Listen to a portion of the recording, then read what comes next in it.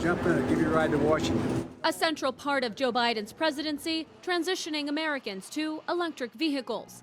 The great American road trip is going to be fully electrified. The administration investing $7.5 billion to build charging stations across the country.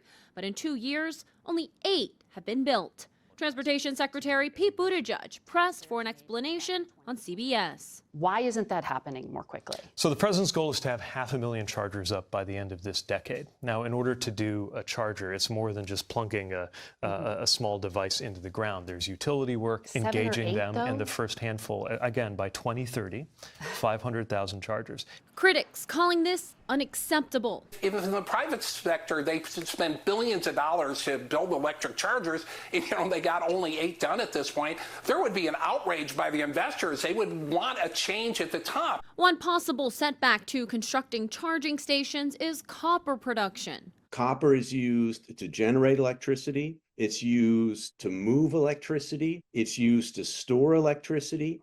So above every other metal in the periodic table, copper is the most critical. A study by the University of Michigan finding companies simply cannot mine enough copper to keep up with current EV policy goals. We spoke with one of the study's leaders, Professor Adam Simon. Current mine production of copper is about 20 million tons per year, global.